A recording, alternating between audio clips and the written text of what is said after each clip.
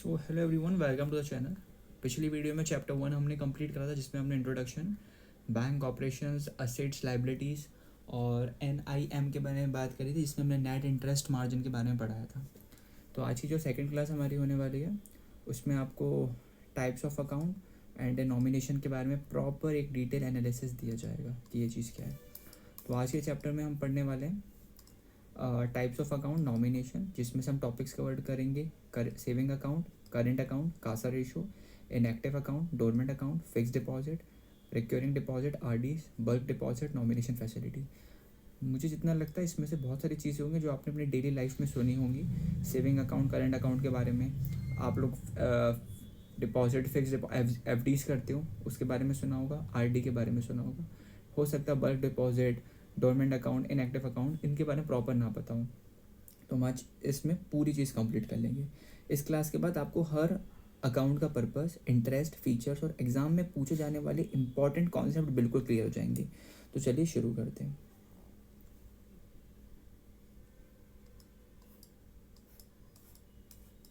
Okay, start करेंगे हम saving account से। देखो ये पूरा सेविंग अकाउंट लिखा है।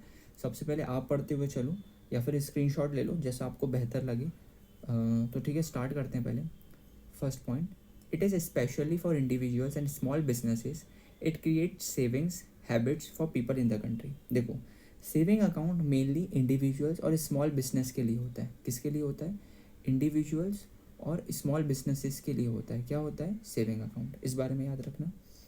और उसके बाद से इस अकाउंट का मेन पर्पस लोगों में सेविंग की हैबिट डेवलप करना, ताकि लोग अपना पैसा सेफली बैंक में जमा कर सकें और फ्यूचर के लिए बचत कर सकें।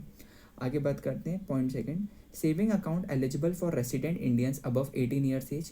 For 10 to 18 years age group, account is allowed with some restrictions, and for persons below 10 years minor account with the guardian is to be opened। तो उसके बारे में समझते हैं। देखो, सेविंग अकाउंट 18 साल या उससे ज़्यादा उम्र के रेसिडेंट इंडियन खोल सकते हैं। यहाँ पर लिखा है ना 18 ईयर्स और रेसिडेंट इंडियंस, ठीक है। 10 से 18 साल के बच्चे भी अकाउंट खोल सकते हैं, लेकिन कुछ रेस्ट्रिक्शंस होती हैं। 10 साल से कम उम्र के बच्चों का अकाउंट गार्जियन के साथ खोला जाता है, जिसे माइनर अकाउंट कहते हैं, ठीक है। और ये चीज़ कब होती है, ये पॉइंट याद रखना, जब बच्चा 10 साल से नीचे है या 10 साल से कम उम्र का है, तो उसमें लाइक बिलो 10 ईयर्स, तो उसका चीज़ बनता है माइनर अकाउंट प्लस गार्जियन। उसका माइनर अकाउंट कहलाएगा और वो गार्जियन के साथ ही खोल सकता है। लाइक आपने सुना होगा कि जॉइंट अकाउंट करवा लेते हैं ना, तो उसी से रिलेटेबल ये चीज़ें रहती हैं, ठीक है। आगे बात करते हैं थर्ड पॉइंट पे। Okay, saving accounts interest rates worry from 2.5% to 8%। Most banks offer 3.5% at present. Okay, देखो, सेविंग अकाउंट्स में बैंक कस्टमर को डिपॉजिट पर इंटरेस्ट देता है। सेविंग अकाउंट में बैंक कस्टमर को डिपॉजिट पर इंटरेस्ट देता है। ये इंटरेस्ट अलग अलग बैंक्स में अलग अलग होता है। जनरली 2.5% से 8% तक हो सकता है, लेकिन आज के समय में मोस्ट बैंक्स लगभग 3% से 3.5% इंटरेस्ट प्रोवाइड करती है। किस में करती है? सेविंग अकाउंट में। बट जब आप FDs में जाते हो तो FDs के बारे में पढ़ाऊंगा, बट अभी बताता हूँ चलो। FDs में क्या होता है, अपने 1 ईयर लाइक 399 डेज का प्लान रहता है, 499 डेज का प्लान रहता है, फिर 3, 4, 4 साल, 5 साल। उसमें फिक्स डिपॉजिट एक अमाउंट करते हो, तो उसके अकाउंट बाद में फिर अच्छा खासा इंटरेस्ट मिलता है, जितना भी चल रहा हो, 10, 12, सीनियर सिटीजन का 15 एक पहुंच जाता है, ऐसा रहता है। तो ये तो सेविंग अकाउंट चल रहा है, इसके बारे में बताता हूँ। वो थोड़ा सा गाइड कर रहा था कि अभी जब वो आएगा तो थोड़ा सही रहेगा, समझ में आएगा, ठीक है। तो ये 3 पॉइंट क्लियर हो गए। अब चौथे पॉइंट पे चलते हैं, ECS। देखो क्या होता है ना, यहाँ पर इनके फुल फॉर्म जो है उसको याद रखना, electronic clearing service. Okay, it's a valid system, but most banks have transition to the more efficient and nationwide NACH, National Automated Clearing House platform manage by the National Payment Corporation of India, NPCI का full form होता है National Payment Corporation of India. ECS is still technical allowed, but NACH is prevailing standard for recurring payments। बिल्कुल भी समझ में नहीं आया होगा, बट इसको प्रॉपर हिंदी में बताता हुआ चलूंगा तो बिल्कुल समझ में आएगा। पहले इंग्लिश में पढ़ा देना चाहिए, उसके बाद जब मैं हिंदी में पढ़ाऊंगा उसके बाद फिर आप इंग्लिश में पढ़ना तो और बेहतर रहेगा। तो पॉइंट 4 में क्या लिखा है, देखो, ECS एक वैलिड सिस्टम है। लाइक पहले ECS इलेक्ट्रॉनिक क्लियरिंग सर्विस का यूज़ रिक्योरिंग पेमेंट्स के लिए होता था। अब ज़्यादातर banks NACH, National Automated Clearing house use करते हैं। NACH को NPCI national payments corporation of India operate करता है। NACH को NPCI national payments corporation of India operate करता है, ये बात याद रखना। इसमें एग्जाम्पल्स में क्या आता है, EMI, SIP, इंश्योरेंस प्रीमियम और सैलरी पेमेंट, ठीक है।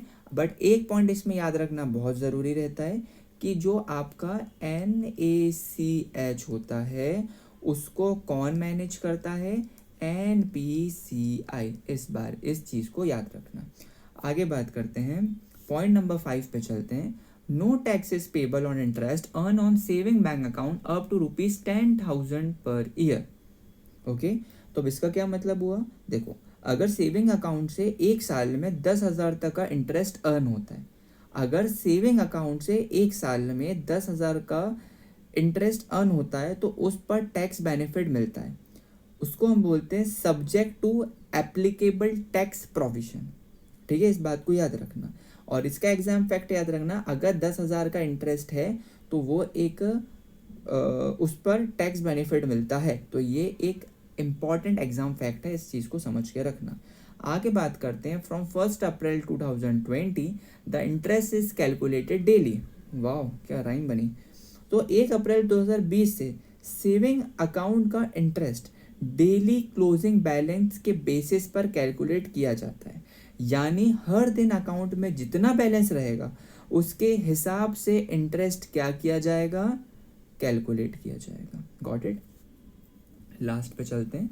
The minimum balance varies from bank to bank, normally ₹500 without chequebook, ₹1,000 sorry normally ₹500 without chequebook, ₹1,000 with chequebook. तो इसको समझाता हूँ, ये क्या लिखा है, देखो सेविंग अकाउंट में मिनिमम बैलेंस हर बैंक का अलग अलग होता है।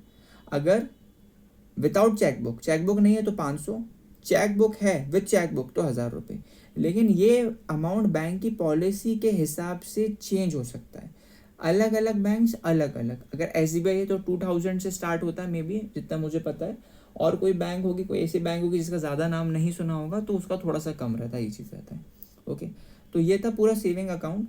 और अब मैं आपको कुछ पॉइंट बोल रहा हूँ, उसको ध्यान से सुनना, लिखते हुए चलना। मेरे पास इतनी स्पेस नहीं है कि मैं लिख के बताऊँ यहाँ पर, बट ध्यान से समझना। Saving account is equals to individual and small businesses. Saving account individual small businesses के लिए होता है। 18 साल के बच्चे, 18 साल से प्लस, 18 साल के बच्चे बोल रहा हूँ, 18 साल के ज़्यादा नॉर्मल सेविंग अकाउंट से खोल सकते हैं account. Below 10 years minor account बना सकते हैं गार्जियन के साथ। इंटरेस्ट नॉर्मली रहता है 2.5% से 8%, बट जनरली बैंक्स कितना देती है, जितना भी मोस्ट बैंक्स ऑफर करती है 3 to 3.5% इंटरेस्ट। मैंने ये वाला पॉइंट बहुत इंपॉर्टेंट बोला है, NACH is manage by NPCI, full forms मैंने बता चुका हूँ। इंटरेस्ट कब कैलकुलेट होता है, डेली क्लोजिंग बैलेंस पे। Minimum balance bank to bank vary करता है, ठीक है। तो ये था पूरा कॉन्सेप्ट ऑफ सेविंग अकाउंट, इसको प्रॉपर स्क्रीनशॉट ले लेना। ओके, तो आगे बढ़ते हैं, अब देखते हैं आगे क्या आने वाला है। ओके, अब आगे आने वाला है करंट अकाउंट। तो अब हम करंट अकाउंट के बारे में पढ़ेंगे। ओके, चलो शुरू करते हैं। देखो, firms and companies are eligible to open a current account. Okay, so current account में mainly firms, companies, business owners, partnership firms और organizations के लिए, उनके लिए ये होता है। ये अकाउंट डेली बिजनेसेस ट्रांजैक्शंस को डेली इजीली हैंडल करने के लिए बनाया गया है। ओके, इसमें एक चीज़ याद रखना, सेविंग अकाउंट आम आदमी के लिए होता है और स्मॉल बिजनेसेस के लिए होता है। करंट अकाउंट प्रॉपर कंपनीज या बिजनेस के लिए प्रॉपर वो चीज़ रहती है। आगे बात करते हैं, mean for businesses main to run businesses. Okay, अभी ये बारे में बात ही कर रहे थे। करंट अकाउंट का मेन पर्पस बिजनेस को स्मूथली चलाना है। इसमें रोज़ बहुत सारे पैसे डिपॉजिट और विड्रॉल किए जा सकते हैं, इसलिए ट्रांजैक्शन लिमिट भी काफ़ी फ्लेक्सिबल होती है। अगर किसी शॉप, कंपनी या बिजनेस में रोज़ लाखों का ट्रांजैक्शन होता है तो करंट अकाउंट यूज़ किया जाता है, ये चीज़ याद रखना, ठीक है। Point 3, normally firms, companies, trust, associations of persons can open the current account that carries no interest on deposits. इसका क्या मतलब हुआ, देखो current account firms, companies, trust and associations खोल सकते हैं। इस अकाउंट में बैंक डिपॉजिट पर कोई इंटरेस्ट नहीं देता, क्योंकि इसका पर्पस सेविंग नहीं बल्कि डेली बिजनेस से ट्रांजैक्शंस होता है। Got it?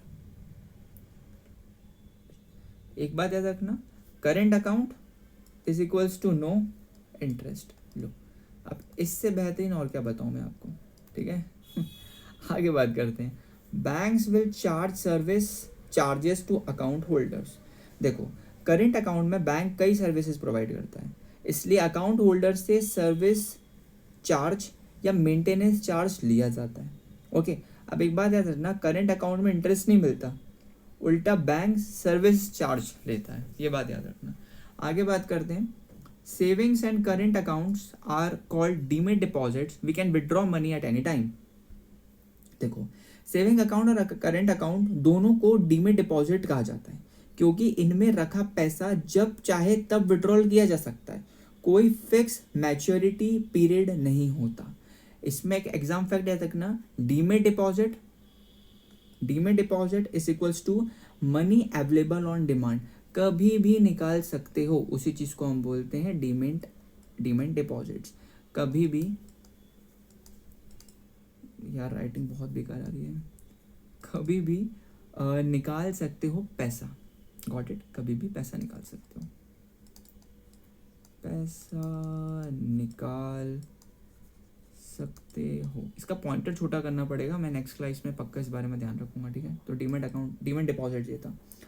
अब हर बार एग्जाम फैक्ट्स पढ़ते हैं, क्विक रिवीजन करते हुए चलते हैं। करंट अकाउंट बिजनेसेस के लिए, इंटरेस्ट नहीं मिलता, सर्विस चार्ज बैंक लेता है, अनलिमिटेड फ्रीक्वेंट ट्रांजेक्शन्स इसमें अलाउड हैं, डिमांड डिपॉजिट का मतलब होता है पैसा कभी भी विड्रॉ कर सकते हैं। Got it? आगे बढ़ते हैं। बहुत बढ़िया, बहुत अच्छी पढ़ाई करी आपने। अब बात करेंगे कासा रेशो के बारे में। अब ये क्या होता है, देखो, अब इसको थोड़ा अच्छी तरीके से समझना। CASA ratio is the ratio of the deposit in the form of current savings account to the total deposits. यहाँ पर प्रॉपर आपका एक फॉर्मूला भी दिया है, ठीक है, इसको मैं बताऊंगा।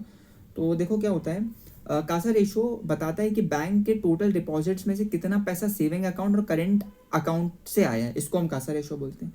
कासा रेशो मतलब बैंक के टोटल डिपॉजिट में सेविंग और करेंट अकाउंट का कितना कॉन्ट्रीब्यूशन है, ये बात याद रखना। अब यहाँ पर एक फॉर्मूला भी दिया, उसके अकॉर्डिंग मैं बताऊँ, अगर सेविंग अकाउंट डिपॉजिट है 300 करोड़ का, कितने का है, 300 करोड़ का, ओके सॉल्व करके बताता हूँ यहाँ पे, 300 करोड़ का, ठीक है।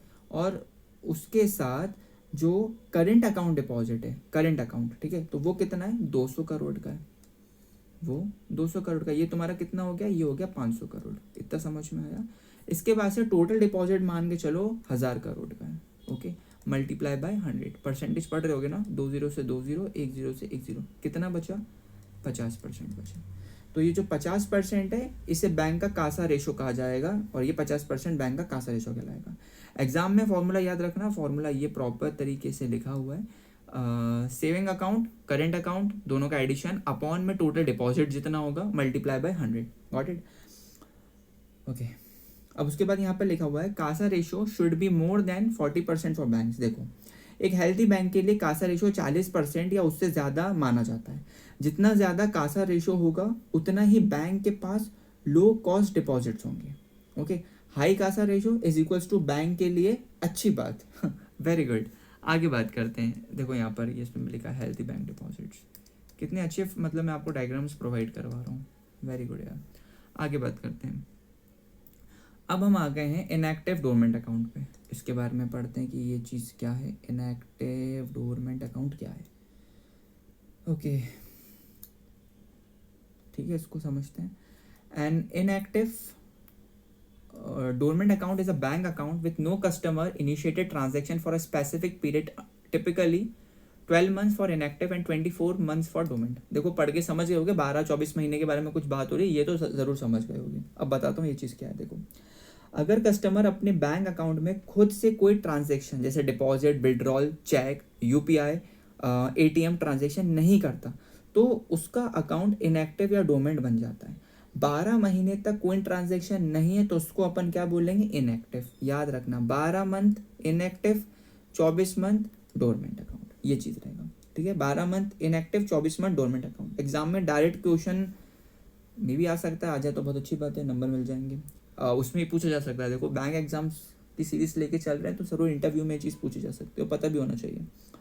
ओके आगे बात करते हैं। Such deposits unclaimed for more than 10 years are to be transferred to RBI. ये इंपॉर्टेंट पॉइंट आ गया। अगर किसी अकाउंट में 10 साल से ज़्यादा पैसा पड़ा है और कोई क्लेम ना करे तो बैंक उस अमाउंट को आरबीआई के पास ट्रांसफ़र कर देते हैं। ठीक है, 10 साल तक कोई पैसा क्लेम नहीं कर रहा है तो वो कहाँ ट्रांसफ़र कर दिया जाएगा, वो ट्रांसफ़र कर दिया जाएगा रिजर्व बैंक ऑफ इंडिया को। Okay, now the next one, third point पे आ गए हैं हम। Now RBI will be use the amount for the D या DEAF, full form depositor education awareness fund. ये बात याद रखना, scheme to educate the depositors. देखो आरबीआई के पैसे को डी फंड में रखते हैं, हो सकता है डीफी बोलते हैं, वैसे डीफी बोलते हैं, DEAF डीफ फंड में रखते हैं। डीफ का full form depositor education and awareness fund. इस फंड का यूज़ लोगों को बैंकिंग और फाइनेंशियल अवेयरनेस देने के लिए किया जाता है, ये बात याद रखना। ठीक है, एग्जाम में डीफ का फुल फॉर्म या DEAF का फुल फॉर्म और या फिर इंटरव्यू में इसका फुल फॉर्म पूछा जा सकता है। आगे बात करते हैं। Okay, RBI has launch a 1 year incentive scheme for banks to proactively reduce this unclaim deposits. देखो अगर बैंक इनएक्टिव, शायद मैंने कुछ गलत बोल दिया क्या, ओके हाँ नहीं सही है। देखो आरबीआई ने बैंक्स के लिए एक साल की इंसेंटिव स्कीम शुरू की है जिससे बैंक्स इनएक्टिव और अनक्लेम्ड अकाउंट्स को कम करने की कोशिश करें और कस्टमर्स से कांटेक्ट करें। ये बात याद रखना, आरबीआई चाहता है कि बैंक्स इनएक्टिव अकाउंट्स को दोबारा एक्टिव कराएं, ये बात याद रखना। ओके, फिफ्थ पॉइंट पे चलते हैं। Banks will get a 5% incentive for accounts idle for up to 4 years for or 5,000 whichever is lower, and 7.5% for accounts dormant for over 10 years or 25,000 whichever is lower। देखो हाँ, क्या है ये चीज़, अगर bank inactive और डोमेन अकाउंट्स को कम करने में सफल होता है तो आरबीआई इंसेंटिव देता है। आइडल अकाउंट 4 साल तक है तो 5% इंसेंटिव, मैक्सिमम 5,000 रुपये। 10 साल से ज़्यादा डोरमेंट अकाउंट है तो 7.5 इंसेंटिव, मतलब 25,000 मैक्सिमम। ठीक है, याद रखना 5% है तो 4 साल तक आइडल अकाउंट, 7.5% तो 10 साल से ज़्यादा डोरमेंट अकाउंट, ये चीज़ याद रखना। इनएक्टिव डोरमेंट अकाउंट से कुछ पॉइंट समझ लेते हैं। देखो 12 मंथ के लिए क्या कहलाता है इनएक्टिव, 24 मंथ के लिए डोरमेंट अकाउंट। 10 साल तक आप क्लेम नहीं करोगे तो वो मनी पूरा आरबीआई को ट्रांसफर हो जाएगा। डीफ का फुल फॉर्म होता है DEAF का डिपॉजिटर एजुकेशन अवेयरनेस फंड। 5 साल का इंसेंटिव होता है तो 4 साल के लिए आइडल अकाउंट। 7.5% का इंसेंटिव रहता है तो more than 10 years dormant account. ये प्रॉपर तरीके से याद रखना। ओके, अब आगे चलते हैं। अब हम पढ़ेंगे फिक्स डिपॉजिट के बारे में, ये भी बहुत इंपॉर्टेंट है यार। FD, ओहो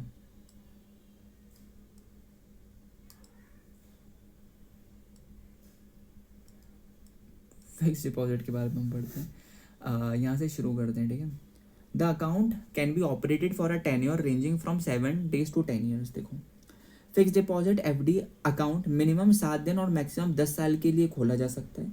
FD में पैसा एक फिक्स टाइम के लिए लॉक होता है, टाइम कंप्लीट होने के बाद ही मैच्योरिटी मिलती है। देखो मैं तुम्हें एक चीज़ बताता हूँ, अगर मैंने या आपने 2 साल के लिए FD करी, समवॉट 1 लाख की करी या कितनी की करी, तो 2 साल बाद आपको पैसा मिलेगा और उसमें जितना भी इंटरेस्ट होगा वो इंटरेस्ट लग के पैसा मिलेगा। बट क्या हम 2 साल के बीच में उस FD को ब्रेक करके अपना पैसा निकाल सकते हैं? बिल्कुल निकाल सकते हो। बट उसका देखो क्या रहता है, जैसे आपने FD बनवाई तो FD बनवाने के बाद आपको एक FD का कार्ड मिलता है।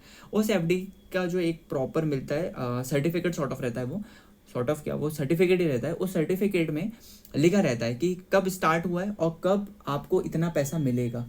अगर आपने 1 लाख रुपए कल और आपको बोला जा रहा है कि कुछ साल बाद वो 1,20,000 या 15 या 20-25,000 रुपये मिलेगा, तो आप ये सोचोगे कि अगर मैं बीच में ब्रेक कर लूँ तो बीच में जितना भी इंटरेस्ट बनेगा, अगर आपने 6 महीने में ब्रेक कर लिया, 1 लाख का 1,15,000 या 1,20,000 मिलना था, 1.25 लाख या 1,20,000 मिलना था, तो वो ना मिलके 1,02,000-3,000 रुपये ऐसे करके, या मे बी 7,000, 1,07,000 समवॉट ऐसा कुछ मिलेगा, है ना।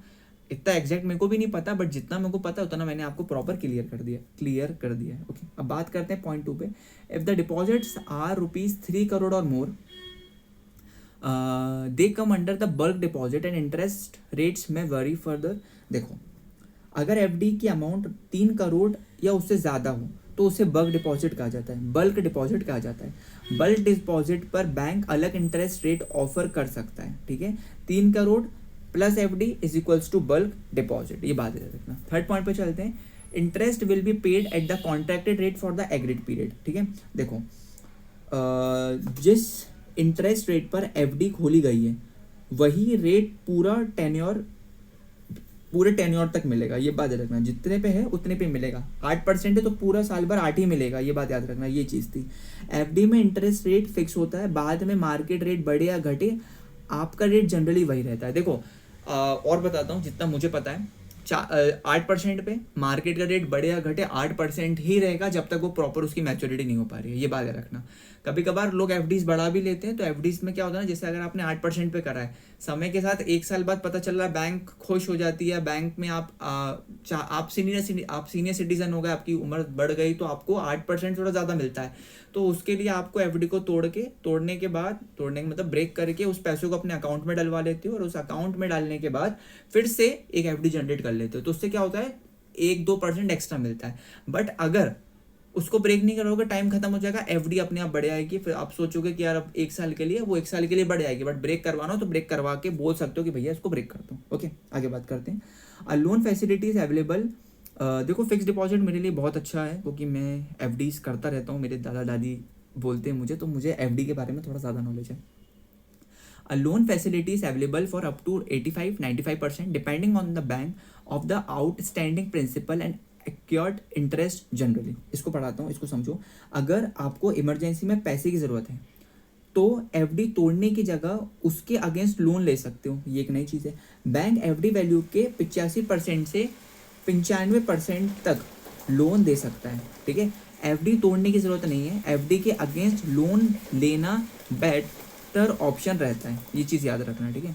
आगे बात करते हैं। More over, just give me a second guys.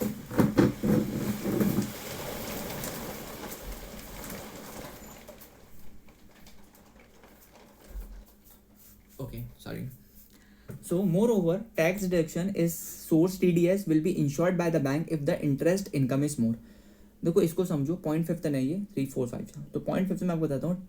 देखो, अगर एक फाइनेंशियल ईयर में एफडी से इंटरेस्ट इनकम 50,000 से ज़्यादा है नॉर्मल कस्टमर, या 1 लाख से ज़्यादा है सीनियर सिटीजन हो जाता है, तो bank TDS tax deducted at source काट देता है, ये चीज़ याद रखना। इंटरेस्ट लिमिट क्रॉस हुई, बैंक टीडीएस डिडक्ट करेगा, जो उसका टैक्स डिडक्शन सर्विस होता है उससे वो आपका पैसा लेस करेगा, ये बात याद रखना, ठीक है। नॉर्मल कस्टमर के लिए 50,000 से ज़्यादा है और सीनियर सिटीजन के 1 लाख, ठीक है। अगर उससे ज़्यादा होता है तो कटता है, मतलब अगर देखा जाए नॉर्मल कस्टमर है तो वो 49,000 समवॉट जमा कर सकता है, और अगर सीनियर सिटीजन तो 1 लाख से थोड़ा कम, सॉर्ट ऑफ 99,000 95,000 ऐसा कर सकता है। उससे ज़्यादा करोगे तो क्या कटेगा, टीडीएस कटेगा, बात देखना।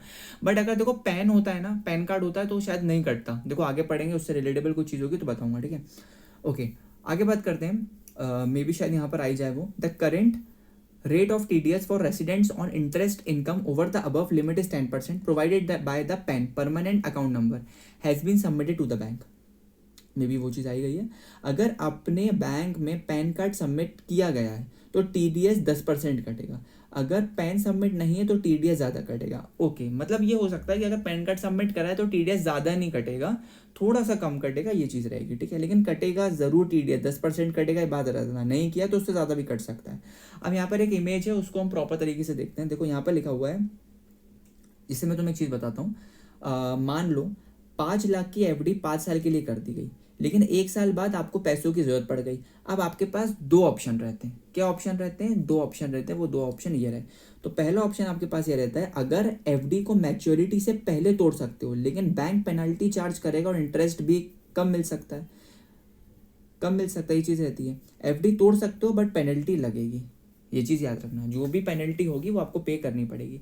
सेकंड लिखा है, take loan up to 90% of your deposit. देखो, लोन अमाउंट जनरली 90% के आसपास मिल जाता है बैंक के हिसाब से। इमरजेंसी में एफडी तोड़ने से बेटर है एफडी के अगेंस्ट लोन लेना, ये बात याद रखना। अब हम बात करते हैं टीडीएस के बारे में। यहाँ पर 2 पॉइंट लिखे हुए हैं, एक फॉर्म 16A लिखा हुआ है, अरे यार गलत हो गया सॉरी, यहाँ पर एक form number 16A, form number 15G 15H। 15H बता रहा हूँ, 15H सीनियर सिटीजन्स के लिए होता है बेसिकली। कुछ दिन पहले मैं बैंक से फॉर्म लेके भी आया था अपनी दादी जी के लिए, तो ये बताता हूँ मैं आपको। देखो अगर बैंक टीडीएस डिडक्ट करता है तो बैंक फॉर्म 16A इशू करता है। ये income tax return ITR file करते वक्त काम आता है, ठीक है। Form 16A TDS certificate. अब फॉर्म 15G और 15H के बारे में बताता हूँ, सेकंड में लिखा है, मैंने हाईलाइट भी करके दिया आपको। 15G जो होता है वो नॉन सीनियर सिटीजन्स के लिए होता है, और जो 15H होता है वो सीनियर सिटीजन्स के लिए होता है। ये बात रखना, बहुत सिंपल चीज़ है। 15G general non senior, 15H higher age senior citizen, ठीक है। अब इसके 2 टाइप्स भी होते हैं एफडीज के, 2 type, fix deposit, term deposit, 2 हैं, स्टैंडर्ड और क्यूमुलेटिव फिक्स डिपॉजिट। इसके बारे में बताता हूँ। देखो standard fix deposit number 1, interest हर 3, 6 या 12 महीने में मिल सकता है, ये बात याद रखना, ये लिखा हुआ है 3, 6, 12 महीने में मिल सकता है। मैच्योरिटी पर सिर्फ प्रिंसिपल अमाउंट मिलता है, इंटरेस्ट पहले ही मिल चुका होता है, ये बात याद रखना, ठीक है। क्यूमुलेटिव फिक्स डिपॉजिट अकाउंट के बारे में बताता हूँ मैं आपको। इंटरेस्ट मैच्योरिटी तक ऐड होता रहता है, मैच्योरिटी पर प्रिंसिपल प्लस इंटरेस्ट दोनों एक साथ मिलता है, ठीक है। ये इसका था प्रॉपर सेगमेंट।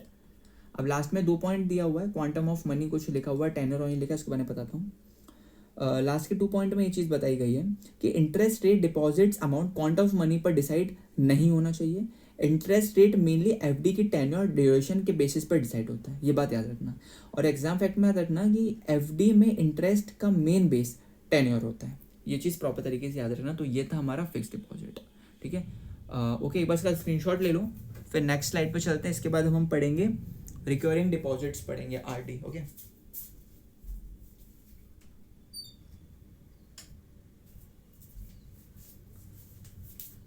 ओके, सो स्क्रीनशॉट ले लिया होगा, आगे बात करते हैं, ठीक है।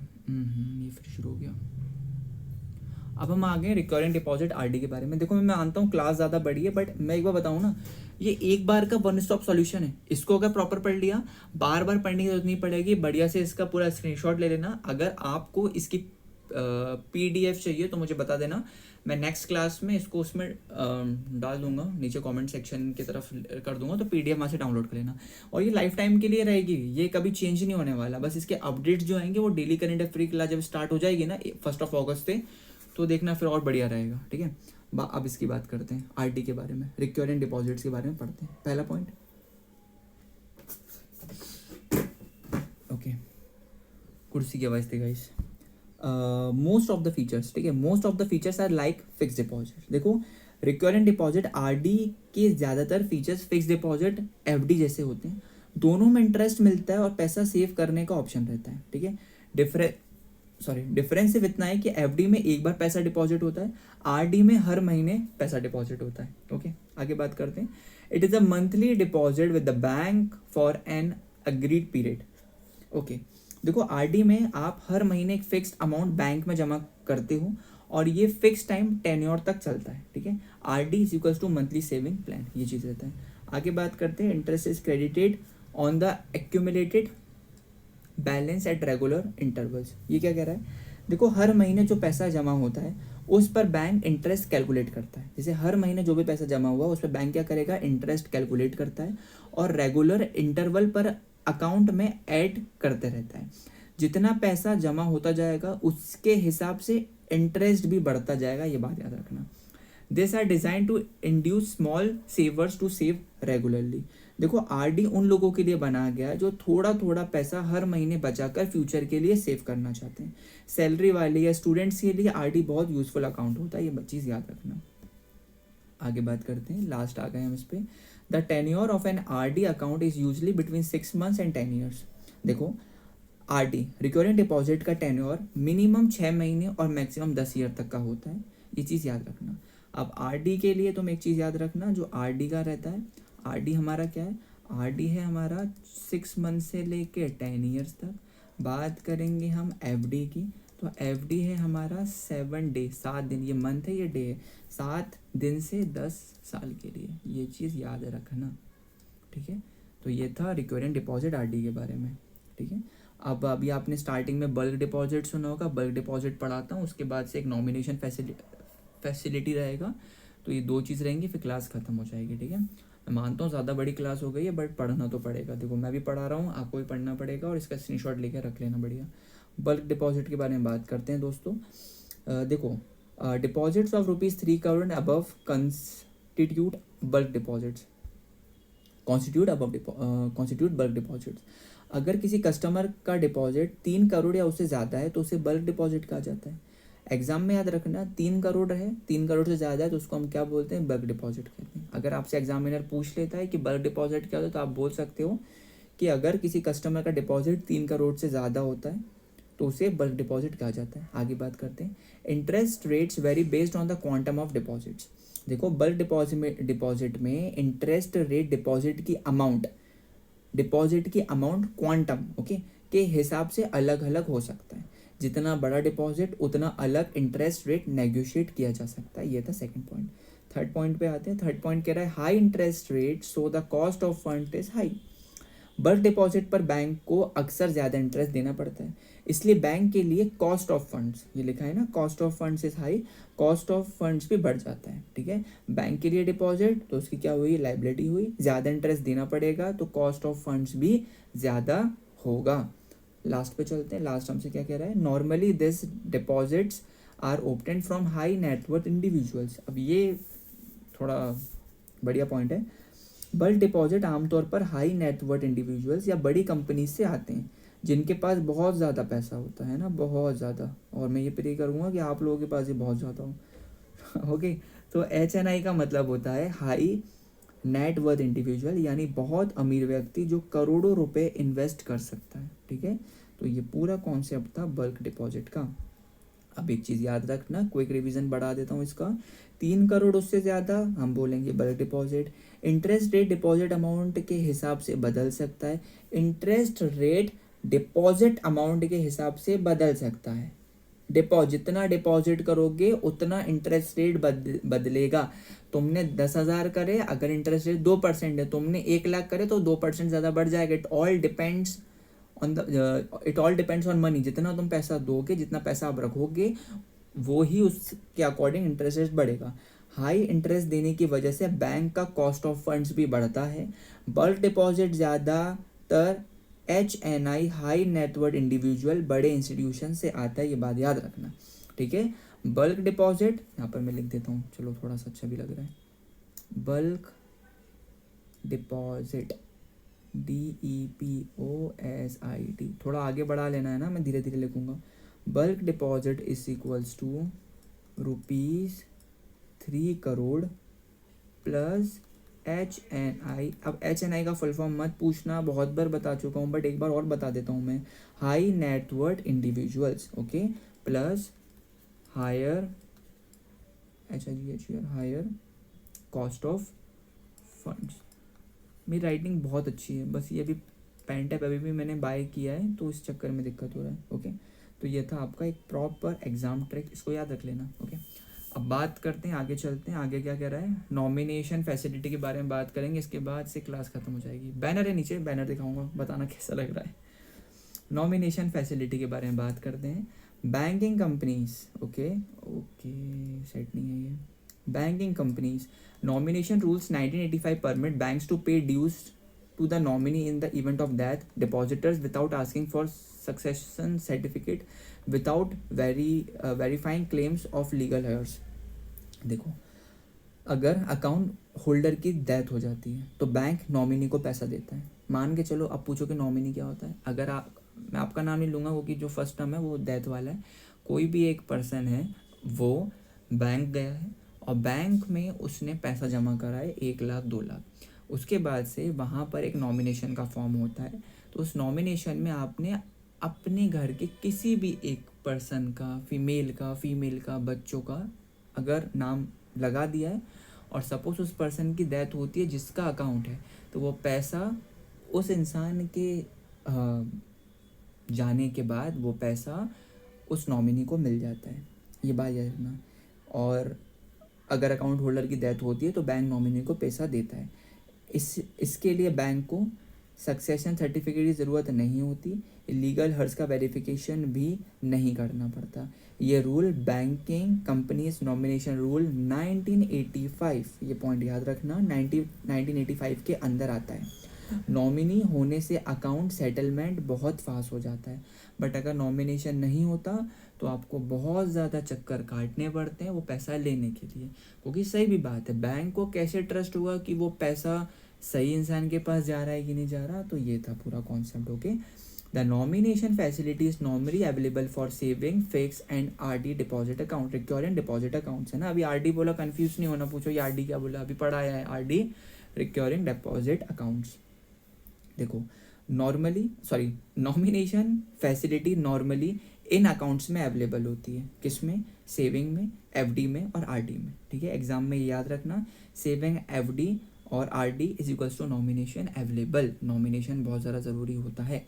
आगे बात करते हैं, for current account deposits is available only in few cases. देखो, करेंट अकाउंट में नॉमिनेशन फैसिलिटी हर केस में नहीं होती, ये सिर्फ कुछ स्पेसिफिक केसेस में अवेलेबल होती है। करेंट अकाउंट में नॉमिनेशन लिमिटेड केसेस में होती है, ये बात है ना, लाइक करेंट अकाउंट में नॉमिनेशन लिमिटेड केसेस पे होती है, ये मैं कहना चाह रहा था।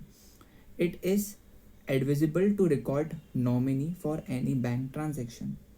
हर बैंक अकाउंट खोलते वक्त नॉमिनी ज़रूर ऐड करना चाहिए ताकि फ्यूचर में कोई भी लीगल प्रॉब्लम ना हो। भाई आप अच्छे इंसान हो, ज़रूरी नहीं है कि दूसरा हो, तो आपको एक्टिव रहना है अपनी लाइफ में, तो नॉमिनेशन करवाना बहुत ज़रूरी होता है। ठीक है, नॉमिनी का मतलब लिखा हुआ है लास्ट में, a person who is proposed or formally entered as the recipient of a grant or award. देखो, नॉमिनी वो व्यक्ति होता है जिसका नाम अकाउंट में पहले से रजिस्टर किया जाता है और अकाउंट होल्डर की डेथ के बाद बैंक उसी को अकाउंट का पैसा रिलीज़ कर देती है। थोड़े बहुत डॉक्यूमेंट मांगती है, ऐसा नहीं कि आप गए और तुरंत पैसा दे दिया, ऐसा नहीं होता। थोड़ा बहुत डॉक्यूमेंटेशन वेरिफिकेशन होता है, देन आफ्टर सम डेज, 1-2 दिन के अंदर या शायद 1 हफ्ते से भी कम के अंदर आपको आपका पैसा मिल जाता है।